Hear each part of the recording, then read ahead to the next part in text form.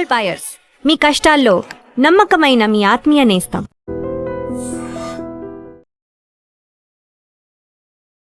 నమస్తే, నేను Kavitha. Welcome to iDream news and నిజాలు. మోదీ చాలా అందంగా ఉంటాడు, ఆయన ఒక ఏంజల్, కాకపోతే టోటల్ కిల్లర్. ఈ ప్రశంసలన్నీ ప్రధానమంత్రి నరేంద్ర మోదీ గురించి అమెరికా అధ్యక్షుడు డొనాల్డ్ ట్రంప్ చేశారు.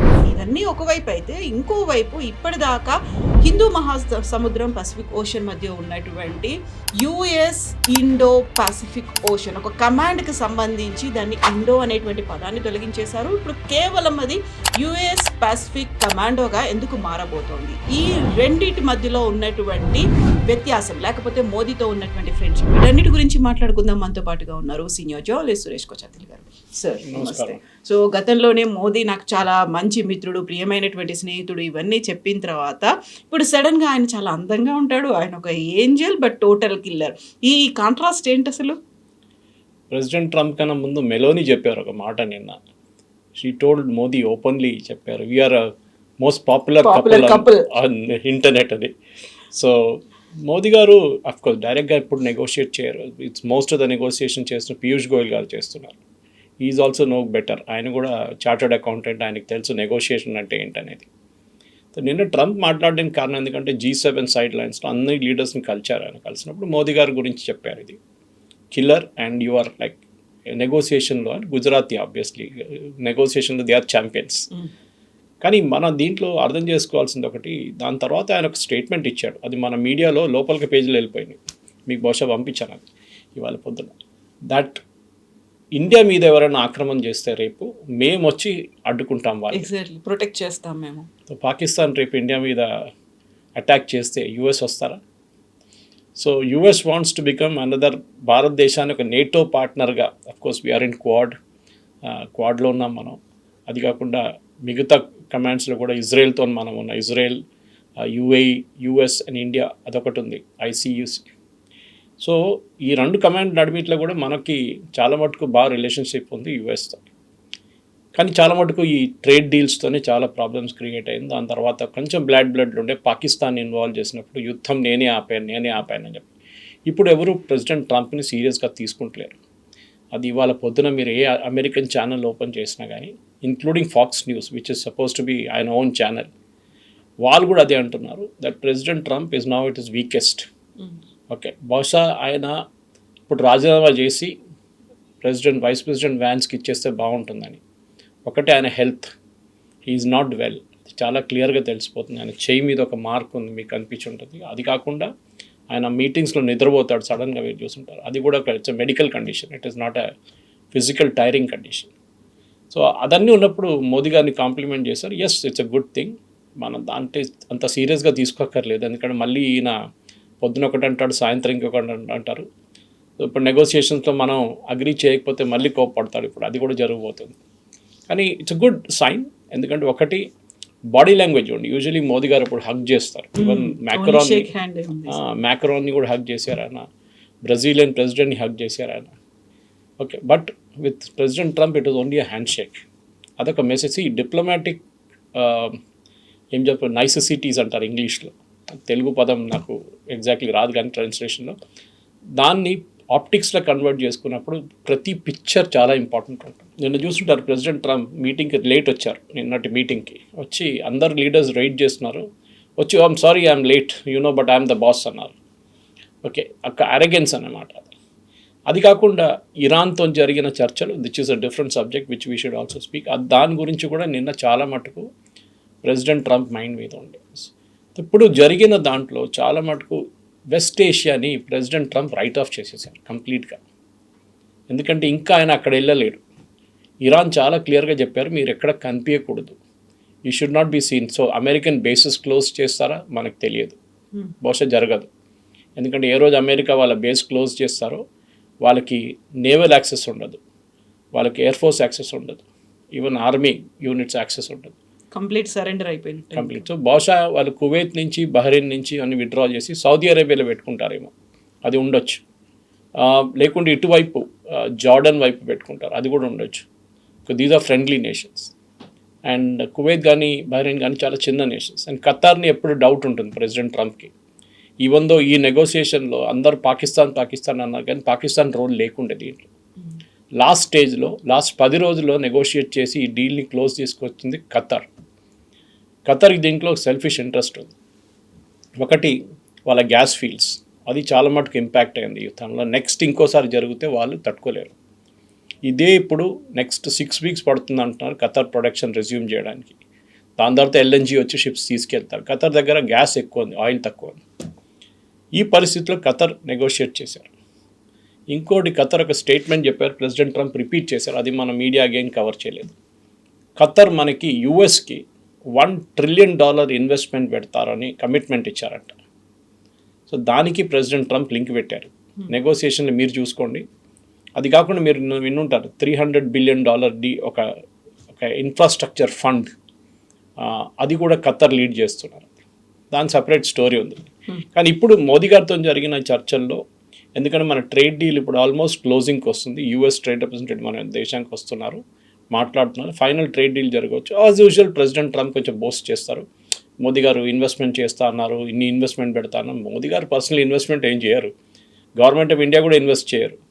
అక్కడ చేస్తున్న వాళ్ళు ఎవరు, అదానీ కానీ అంబానీ కానీ మిగతా కంపెనీ వాళ్ళు ఇన్వెస్ట్ చేస్తున్నారు. ఈవెన్ మన దగ్గర ఉన్న ప్రతి సాఫ్ట్వేర్ కంపెనీకి అక్కడ ఆఫీసెస్ ఉన్నాయి, టీసీఎస్ కానీ ఇన్ఫోసిస్ కానీ కాగ్నిజెంట్, వీళ్ళందరికీ ఆఫీసెస్ ఉన్నాయి అక్కడ. So that is the investment ఆయన అంటున్నారు. కానీ ఎవరు ప్రెసిడెంట్ ట్రంప్ అంత సీరియస్ తీసుకోక్కర్లేదు. Is in a very very weak position right now. So ఆయనకి కావాల్సిన ఆప్టిక్స్ అన్ని చూసుకుంటున్నాడు, ఎక్కడెక్కడ వెళ్ళాలని. మీరు చూసుంటారు, నేను గ్రూప్ ఫోటో తీసినప్పుడు అది పెద్ద డిస్కషన్ అమెరికన్ ఛానల్స్లో. గ్రూప్ ఫోటో తీసుకున్నప్పుడు ఫ్యామిలీ ఫోటో అంటారు దాన్ని, G7 అండ్ ఎక్స్టెండెడ్ ఫ్యామిలీ. ఎందుకంటే G7లో 7 ఉన్నారు, దాని కూడా ఎక్స్టెండెడ్ ఫ్యామిలీలో 20 మంది ఉన్నారు, అందులో మోదీ కూడా ఉన్నారు అందులో. సో ఆ టైంలో ప్రెసిడెంట్ ట్రంప్ ఒక్కరే తిరుగుతున్నారు అక్కడ ఆ స్టేజ్ మీద. మిగతా అందరూ వాళ్ళు మాట్లాడుకుంటున్నారు, షేక్ హ్యాండ్ చేస్తున్నారు, హగ్ చేసుకుంటున్నారు, అన్నీ చేస్తున్నారు. కానీ ప్రెసిడెంట్ ట్రంప్ ఒక్కరిగా ఉండిపోయారు స్టేజ్ మీద. ఎవరితో ఇన్వాల్వ్ కాదు, ఎవరు అలర్ట్ కూడా లేదు ఆయన దగ్గరికి. Because nobody wants to be associated with him. అందుకే ఈ సిచ్యువేషన్లో చాలా ఏం చెప్తారు, కాంప్లికేటెడ్ డిప్లొమాటిక్ ప్రొసీజర్లో ఉన్నాను ఇప్పుడు. ప్రెసిడెంట్ ట్రంప్ని ఎవరు కలవడానికి వెళ్ళారు. సో మోదీ గారు కాంప్లిమెంట్ చేసింది చాలా బాగుంది. ఇండియాకి ప్రొటెక్షన్ ఇస్తామన్నది అది కూడా మనం అంగీకరించక్కర్లేదు. కానీ command is a big thing. మీరు చెప్పిన దానికి ఇండో పెసిఫిక్ కమాండ్గా మార్చారు. బహుశా ఇప్పుడు ఇరాన్లో ఉన్న Central Command, admiral Cooper is leading it వాళ్ళ వైపు నుంచి. అడ్మిరల్ కూపర్ లీడ్ చేస్తున్న సెంట్రల్ కమాండ్ని పాసిబ్లీ వీళ్ళు ఎక్స్టెండ్ చేయవచ్చు ఇక్కడ దాకా, ఇండియన్ ఓషన్ మలక్కా స్ట్రైట్స్ దాకా. బికాజ్ నెక్స్ట్ చోక్ పాయింట్ వరల్డ్లో ఇస్ మలక్కా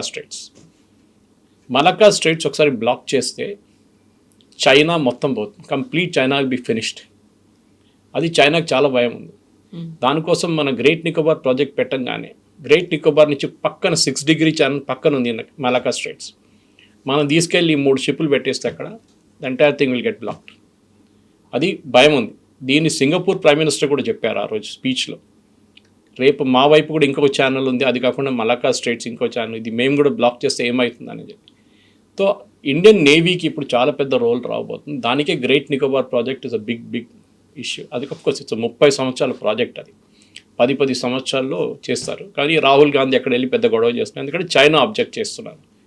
చైనాకి మయన్మార్తోని రిలేషన్షిప్ డెవలప్ చేయడానికి ట్రై చేస్తే మయన్మార్ ప్రెసిడెంట్ మన ఇండియాకి వచ్చారు. అది సపరేట్ థింగ్. ఎందుకు వచ్చారు, ఎందుకంటే వాళ్ళకి నార్దర్న్ మయన్మార్లో ప్రాబ్లం ఉంది. సో నార్దర్న్ మయన్మార్లో రెబెల్స్ అంతా ఇస్లామిక్ రెబెల్స్, వీళ్ళేమో బుద్ధిస్ట్. సో వీళ్ళ నడిమిట్లా గొడవ కూడా ఉంది. సో ఇది ఏం చెప్తారు, ఒక గ్లోబల్ డిప్లొమాటిక్ దాంట్లో, గ్లోబల్ జియో పాలిటిక్స్లో చాలా మటుకు ఈ G7 మీటింగ్లో జరిగిన చర్చలు, మనకు డీటెయిల్ చర్చలు ఏం జరిగింది తెలియదు, కానీ యూజువల్ ట్రంప్ చాలా ఎక్కువ ఇరాన్ గురించే మాట్లాడారు. మోదీ గారు కూడా ఈ ఇండియన్ సీఫేరర్స్ చనిపోయారు 3, దాని గురించి మాట్లాడారు. అఫ్కోర్స్ దానికన్నా ముందు మార్కో రూబియో చెప్పారు, మీ వాళ్ళు ఎందుకు ఉన్నారు ఆ షిప్ల మీద, మనం యాక్చువల్లీ మన సీఫేరర్స్కి వార్నింగ్ ఇచ్చాం, మీరు ఇరాన్ వైపు వెళ్ళకండి అని చెప్తే కూడా మన వాళ్ళు వెళ్తున్నారు, సీఫేరర్స్ వెళ్తున్నారు. ఎందుకంటే ఉద్యోగం కోసం కాంట్రాక్ట్ ఉంటుందో ఏదైనా ఉండొచ్చు. ఇప్పుడు చూడండి, యూకేలో మన క్యాప్టెన్ ఒకరిని పట్టుకున్నారు ఒక షిప్ది. It was a Russian ship. ఆ రష్యన్ షిప్ ఫ్లాగ్ మార్చి ఇంకో కంట్రీ తీసుకొచ్చారు, ఇంకో ఫ్లాగ్ మార్చి ఇంకొక, దాన్ని యూకే ఫోర్సెస్ దాన్ని బోర్డ్ చేసి దాంట్లో అందరినీ పట్టుకోలేరు. దాన్ని క్యాప్టెన్ని అరెస్ట్ చేశారు. ఆయన్ని బ్రిటిష్ కోర్టులో నిన్న ప్రొడ్యూస్ చేశారు. Again it's big diplomatic incident. ఎందుకంటే ఇప్పుడు మన భారతదేశం ఏం చేయాలి, మనం ఒక బ్రిటిషర్ని 2-3 అరెస్ట్ చేయాలి మన ఇక్కడ.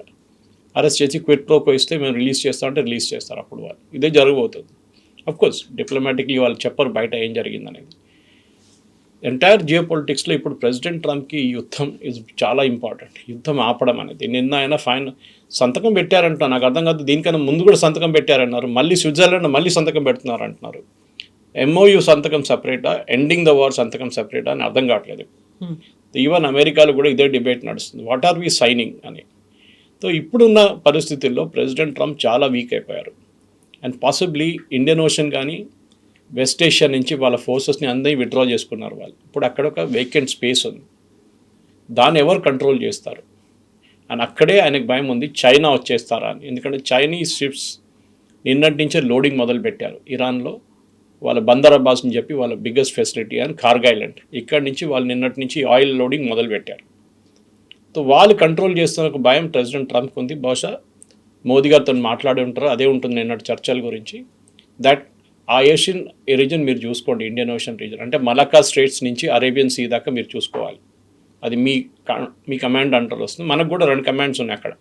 ఒకటి లక్షద్వీప్ వైపు కొత్తగా సెటప్ చేసాం మనం, అటువైపు అండమాన్స్ వైపు మనకు ఆల్రెడీ కమాండ్ ఉంది. అక్కడ ట్రై సర్వీస్ కమాండ్ ఉంది. India's first tri service command is in Andamans.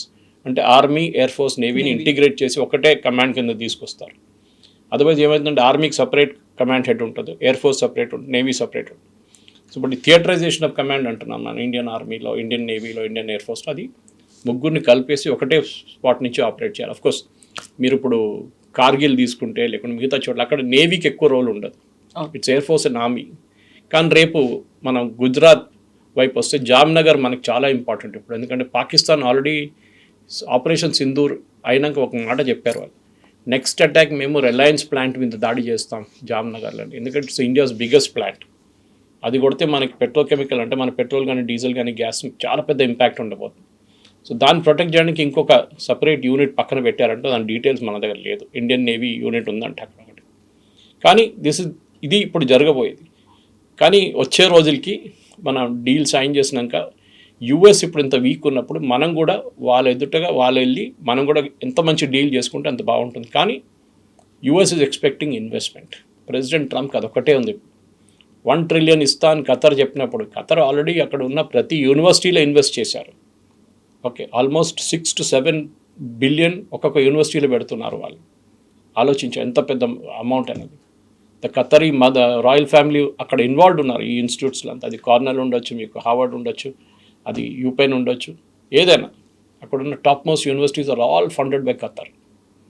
So మనం కూడా మన వైపు నుంచి ఏం చేయొచ్చని మనం చూడాల్సి వస్తుంది. సరే, సో డొనాల్డ్ ట్రంప్ ఇంకొక మాట కూడా అన్నారు, అందులో మోదీని అప్రిషియేట్ చేశారు. నేవీ పరంగా మనం చేస్తున్నటువంటి ఎఫర్ట్స్ చూపిస్తున్నటువంటి అవన్నీ కూడా చాలా మంచి ఇంపాక్ట్ చూపిస్తున్నాయి, అది చాలా పాజిటివ్ సైన్ లాగా ఉంది అనేది. నేవీ పరంగా మనం ఏం చేస్తున్నామని ఆయన ప్రశంసిస్తున్నారు. అలా ఇండియన్ ఓషన్ రీజన్లో and Arabian Sea, okay, till Gulf of Oman, ఇది మన హూతీల ప్రాబ్లం ఉండే మన దగ్గర, మీకు గుర్తుంటుంది. సొమాలీ పైరేట్స్ ప్రాబ్లం కూడా ఉండే. వాళ్ళు సొమాలియా నుంచి యమన్ దగ్గర వచ్చి అక్కడి నుంచి షిప్పులు పట్టుకెళ్తుండే హైజాక్ చేసి. సో దాన్ని ఇండియన్ నేవీ చాలా మటుకు ఆపారు. మొన్న కూడా మీరు చూసుంటారు ఒక మైన్, అది ఎవరు కొట్టారో తెలియట్లేదు, mine or was it a missile. ఒక మిసైల్ ఒక షిప్ మీద, ఒక మర్చెంట్ షిప్ మీద కొట్టారు. దాంట్లో చాలామంది ఇండియన్స్ ఉన్నారు మర్చెంట్ షిప్ మీద. That again was in Gulf of Oman ఏరియాలో. అండ్ ఆ షిప్ మనది కాదు, మనది కాదు. అది బహుశా యుఎస్ కొట్టారో లేకుంటే ఇరాన్ కొట్టారో అర్థం కావట్లేదు, ఎవరు మాట్లాడలేదు దాని గురించి. ప్రెసిడెంట్ ట్రంప్ ఒక హింట్ ఇచ్చారు, that it was Iran fired at a ship with Indian ship అని చెప్పారు. అది ఇండియన్ షిప్ కాదు, అది ఇండియన్స్ ఉన్నారు మన దాంట్లో. మీరు ఇంటర్నేషనల్ మ్యారిటైమ్ దాంట్లో చూస్తే ఒక 80 నుంచి 80% seafarers either Philippines, Indonesia or India నుంచి ఉంటారు. కొంతమంది బంగ్లాదేశ్ నుంచి కూడా ఉంటారు. సో న్యాచురల్లీ మన ఏ షిప్ మీద చూస్తే మన వాళ్ళు ఉంటారు, either as a captain or as a seafarers or senior officers, వాళ్ళు ఎవరైనా ఉంటారు దాంట్లో. ఇది బహుశా జరుగుతుంది. సో దానికి వాళ్ళు ఇండియన్ నేవీని పిలిపించారు. ఎక్స్పర్ట్, ఇది అంత ఈజీ కాదు. మిసైల్ షిప్ లోపల దూరుకుంది, it has gone into the body of the ship. అక్కడి నుంచి దాన్ని బయటికి తీయాలంటే ఇట్స్ చాలా తీస్తున్నప్పుడు ఎక్స్ప్లోడ్ అయింది అనుకోండి, షిప్ పోతుంది, అక్కడ చేసిన వాళ్ళు అందరూ చనిపోతారు. సో మన నేవీ వాళ్ళు దాన్ని బోర్డ్ చేసి చాలా క్లియర్గా దాన్ని డెఫ్యూజ్ చేసి మళ్ళీ తీసుకొచ్చి, I think it is bought to question yesterday, తీసుకొచ్చి దాన్ని మళ్ళీ సపరేట్గా డిస్పోజ్ చేయాల్సి వస్తుంది. అది ఎవరు కొట్టారో దాంట్లో చాలా క్లియర్గా తెలిసిపోతుంది, దాంట్లో మార్కింగ్స్ ఉంటుంది. కానీ ఆ రోల్ ఇప్పుడు ఇండియన్ నేవీ ప్లే చేస్తున్నారు. సొమాలీ పైరేట్స్ని హ్యాండిల్ చేశారు. దాని తర్వాత ఈ ఇష్యూ జరిగినప్పుడు హూతీలతో జరిగినప్పుడు కూడా హూతీలకు కూడా వాళ్ళు ఫైర్ చేసిన షిప్ మీద ఫైర్ ఫైటింగ్ కూడా ఇండియన్స్ చేశారు. సో బహుశా ఈ కమాండ్ ఇండో కమాండ్ తీసిన కారణం కూడా అదే ఉండొచ్చు. That they want to hand over the entire south east Asia కంప్లీట్గా మలకా స్ట్రైట్స్ నుంచి గల్ఫ్ ఆఫ్ ఒమాన్ దాకా మీరు చూసుకోండి.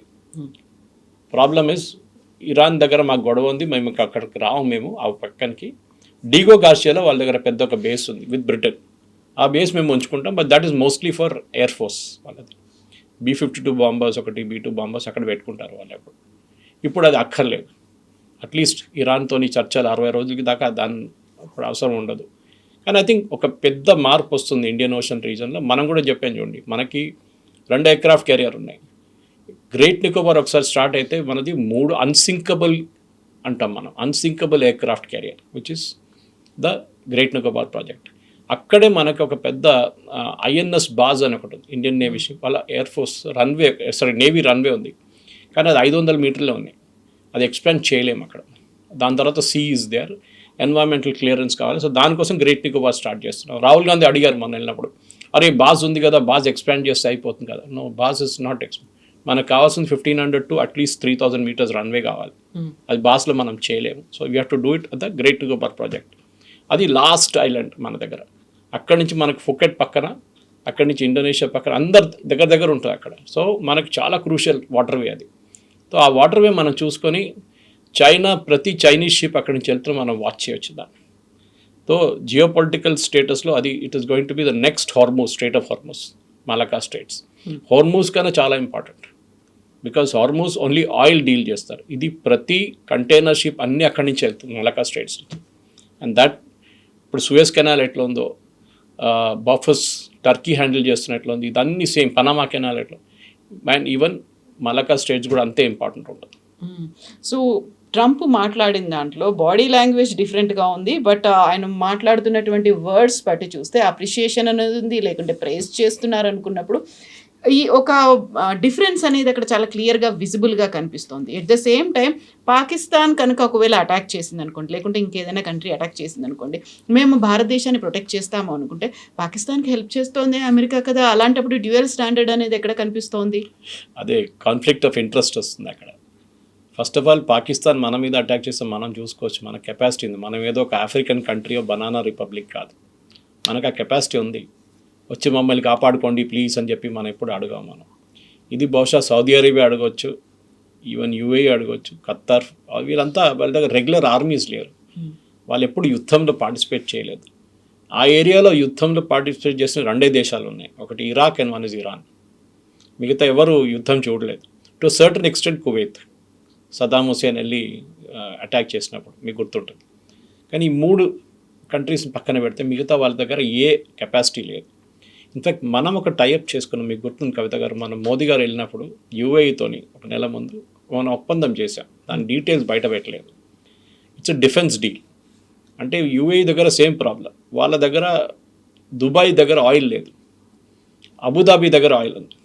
సో వాళ్ళు ఎమిరేట్స్ కదా, ఎమిరేట్స్ వాళ్ళు it's separate countries actually, but they are United Arab Emirates. So వాళ్ళకి ప్రొటెక్షన్ కావాలి. సో వాళ్ళు ఏం చేశారు, ఫస్ట్ ఇప్పుడు ఈ మిసైల్ అంతా ఇరాన్ కొట్టడం మొదలుపెట్టినప్పుడు ఇజ్రాయెల్తో ఒక ఒప్పందం ఉంది వాళ్ళకి. సో ఐరన్ డోమ్ తెచ్చుకున్నారు ఇజ్రాయెల్ నుంచి. ఇన్ఫ్యాక్ట్ ఇజ్రాయెల్ ఫుల్ టీమ్ని పంపించారు దాంతో ఆపరేట్ చేయడానికి. అది చాలా సక్సెస్ఫుల్గా అడ్డుకున్నారు వాళ్ళు. ఇప్పుడు ఇజ్రాయెల్తోని first nation who signed up, మన ప్రెసిడెంట్ ట్రంప్ ఎప్పుడు చెప్తుంటారు చూడండి, you have to sign up the Abraham Accord అని. ఫస్ట్ దేశం అబ్రహాం అకార్డ్ సైన్ చేసింది UAE. El Al airlines, Israeli airline land చేసింది ఫస్ట్ UAEలో, ఆ ఏరియాలో. So Israel, India, UAE, okay. And మనం ఆల్రెడీ IUC దాంట్లో ఉన్న ప్రాజెక్ట్లో ఉన్నాం మనం. ఇంకోటి అమెరికా ఒకటే మిగిలింది దాంట్లో, they are also there. So మనకు చాలా మటుకు ఒక క్రూషియల్ లింక్ ఉంది అక్కడ. సో ఈ డిఫెన్స్ ప్యాక్ట్లో మన కొన్ని షిప్స్ తీసుకెళ్ళి మనం will be parking it in either Fujairah or in Dubai or even in UAE. Depth మీద ఉంటుంది అది ఎంత అంటే.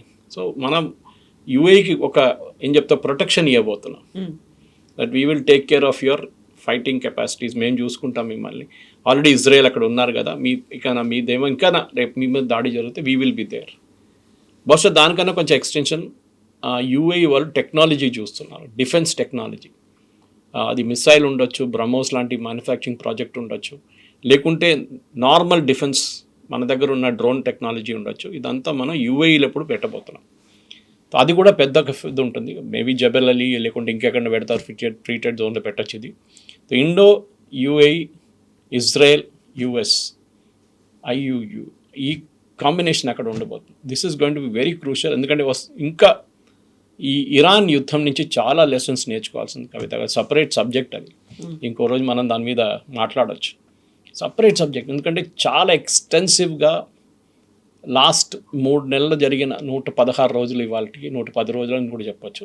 కొన్ని depends on when it started, కానీ ఒక 111 డేస్ అని తీసుకోవచ్చు. ఈ 111 డేస్ జరిగిన యుద్ధం చాలా లెసన్స్ నేర్పించారు దేశానికి. The most powerful nation in the world America Iran ఏం చేయలేకపోయారు. కరెక్ట్, ఇరాన్ని మీరు ధ్వంసం చేశారు, వాళ్ళు నేవీని కొట్టారు, బట్ దే డింట్ సరెండర్. నేను ఇవాళ ట్వీట్ కూడా చేశాను పొద్దున. First third day February 28, March 2 or March 3కి ప్రెసిడెంట్ ట్రంప్ ఒక స్టేట్మెంట్ ఇచ్చారు, ఒక వీడియో స్టేట్మెంట్. అది ఇవాళ అమెరికన్ ఛానల్స్లో ప్లే అవుతుంది. Iran is crying uncle we want to surrender అని చెప్పి. ఇవాళ అమెరికన్ ఛానల్స్ అడిగారు, ఎవరు సరెండర్ చేశారు అంకుల్, మీరు చేశారా, ఇరాన్ చేశారా? ఇరాన్కి ఇప్పుడు వచ్చిన దాంట్లో మెయిన్ అడ్వాంటేజ్ ఏంటంటే, ఒకటి వాళ్ళు ఓడిపోలేదు, దాట్ దే స్టేడ్ అలైవ్, అది చాలా పెద్దది. నెక్స్ట్ వాళ్ళ చుట్టుపక్కల అన్ని దేశాలు ఇప్పుడు వాళ్ళని భయపడతారు. రేపు మళ్ళీ స్ట్రేట్ ఆఫ్ హార్మోస్ వాళ్ళు కావాలంటే బంద్ చేయొచ్చు, మిసైల్ కావాలంటే రేపు పొద్దున్న లేచి మళ్ళీ ఇంకోటి సౌదీ అరేబియా వైపు, కువైత్ వైపు, బహ్రెయిన్ వైపు కొట్టచ్చు. దాన్ని వాళ్ళు చేస్తారు. ప్లస్ వాళ్ళకి $300 బిలియన్ ఈ అన్ని దేశాలు, ఈ 6-7 దేశాలు ఉన్నాయి చూడండి, అందరు కలిసి హఫ్తా డబ్బులు ఇస్తున్నారు, ప్రొటెక్షన్ మనీ. మన దగ్గర గుండాలు చేస్తారు చూడండి, అది. ఇది మెయిన్. ట్రంప్ని వాళ్ళు పొద్దున కూడా అదే అడిగారు, who is paying this $300 billion? ఆయన అంటున్నాడు, నాకు తెలియదు, నాకు సంబంధం లేదు, ఎవరో ఇస్తున్నారు, పెట్టుబడి పెట్టడం ఎవరో ఈజిప్ట్లో పెట్టచ్చు కదా. Will I stop somebody from investing in Egypt? Egypt is not a nation which has Hezbollah, Houthi and Hamas. వాళ్ళ దగ్గర అది లేదు, వీళ్ళ దగ్గర ఉంది. ఈ వచ్చే $300 బిలియన్లో ఫస్ట్ వాళ్ళకి $50 బిలియన్ వీళ్ళకి ఇచ్చేస్తారు, హూతీలు, హమాస్ అండ్ హెజ్బుల్లాకి. సో ఆ డబ్బులు వాళ్ళు వాడుకుంటారు. ఇన్ఫ్యాక్ట్ ఈ అగ్రిమెంట్లో ఇప్పుడు ఇంకా రాలేదు బయటికి, 1.5 పేజ్ అగ్రిమెంట్ అంటున్నారు, 14 పాయింట్లు అంటున్నారు, ఆల్మోస్ట్ లీక్ అయిపోయింది అంటున్నారు. కొన్ని చాలా మటుకు వైస్ ప్రెసిడెంట్ వ్యాన్స్ కన్ఫర్మ్ చేశారు.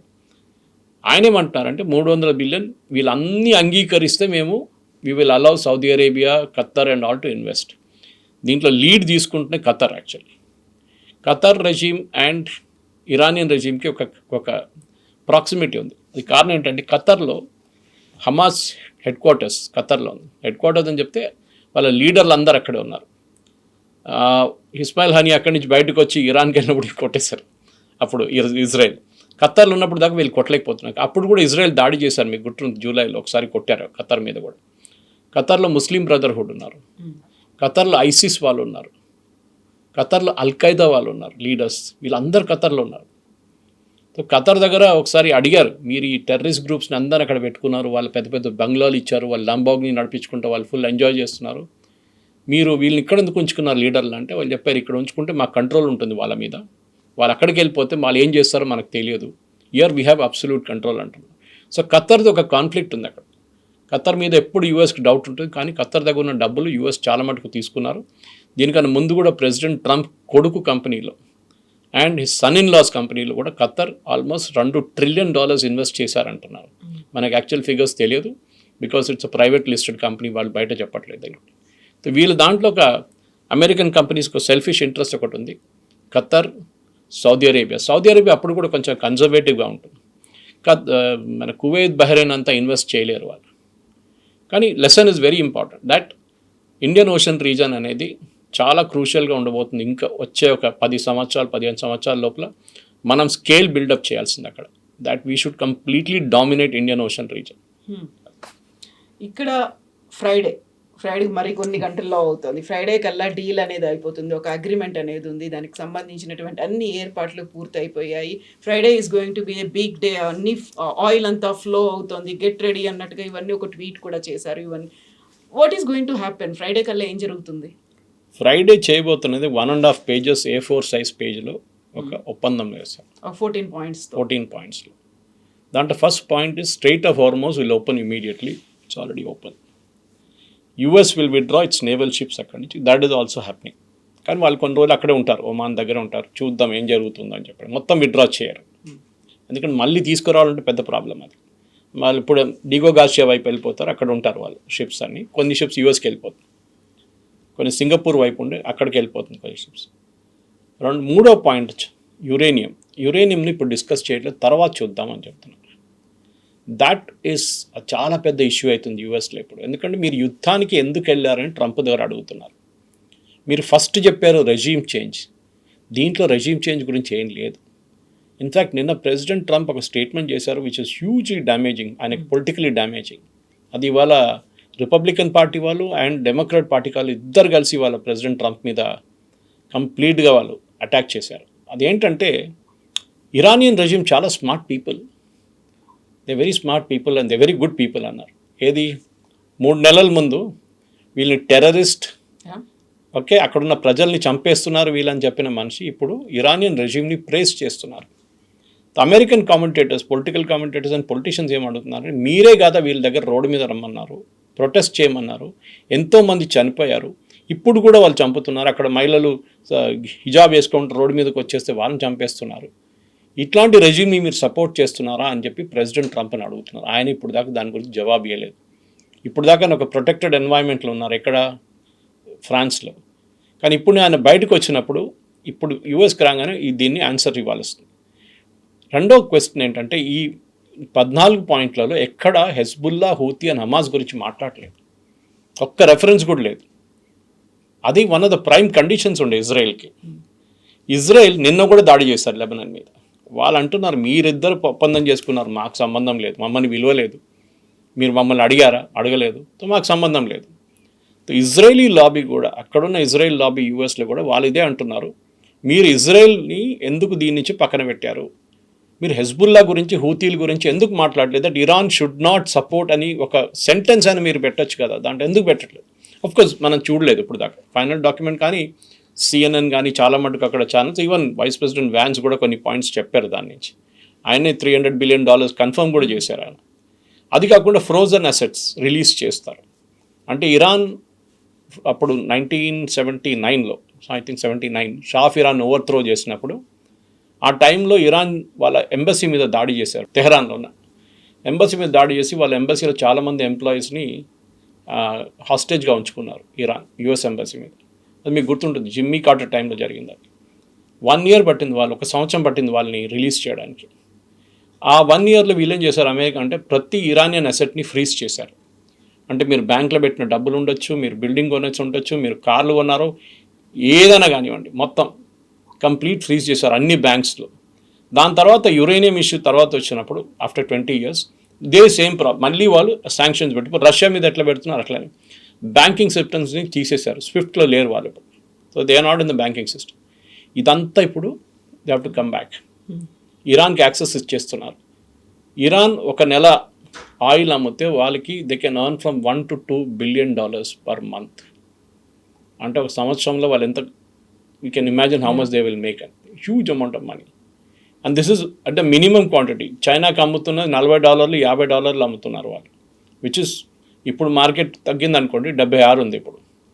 76లో అమ్మకపోతే కూడా 50లో అమ్ముతారు చైనాకి, ఎందుకంటే చైనా దగ్గర నుంచి వాళ్ళకి చాలా మటుకు రా మెటీరియల్స్ వస్తుంది. ఈ మిసైల్ ప్రోగ్రామ్ కావాల్సిన అల్యూమినియం కానీ, ఐరన్ పార్ట్స్ కానీ, ఎలక్ట్రానిక్స్ అంతా చైనా నుంచి వస్తుంది.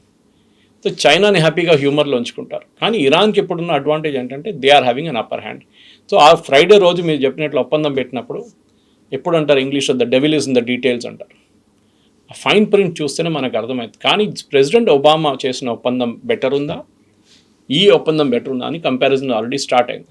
In fact first sentence of uranium, Iran will never possess అని ప్రెసిడెంట్ ట్రంప్ చెప్తున్నప్పుడు అగ్రిమెంట్లో ఉన్న వర్డ్ ఇరాన్ అఫర్మ్స్, అంటే మేము ముందు కూడా అగ్రి చేసాము, మళ్ళీ వీఆర్ జస్ట్ రిపీటింగ్ ఇట్.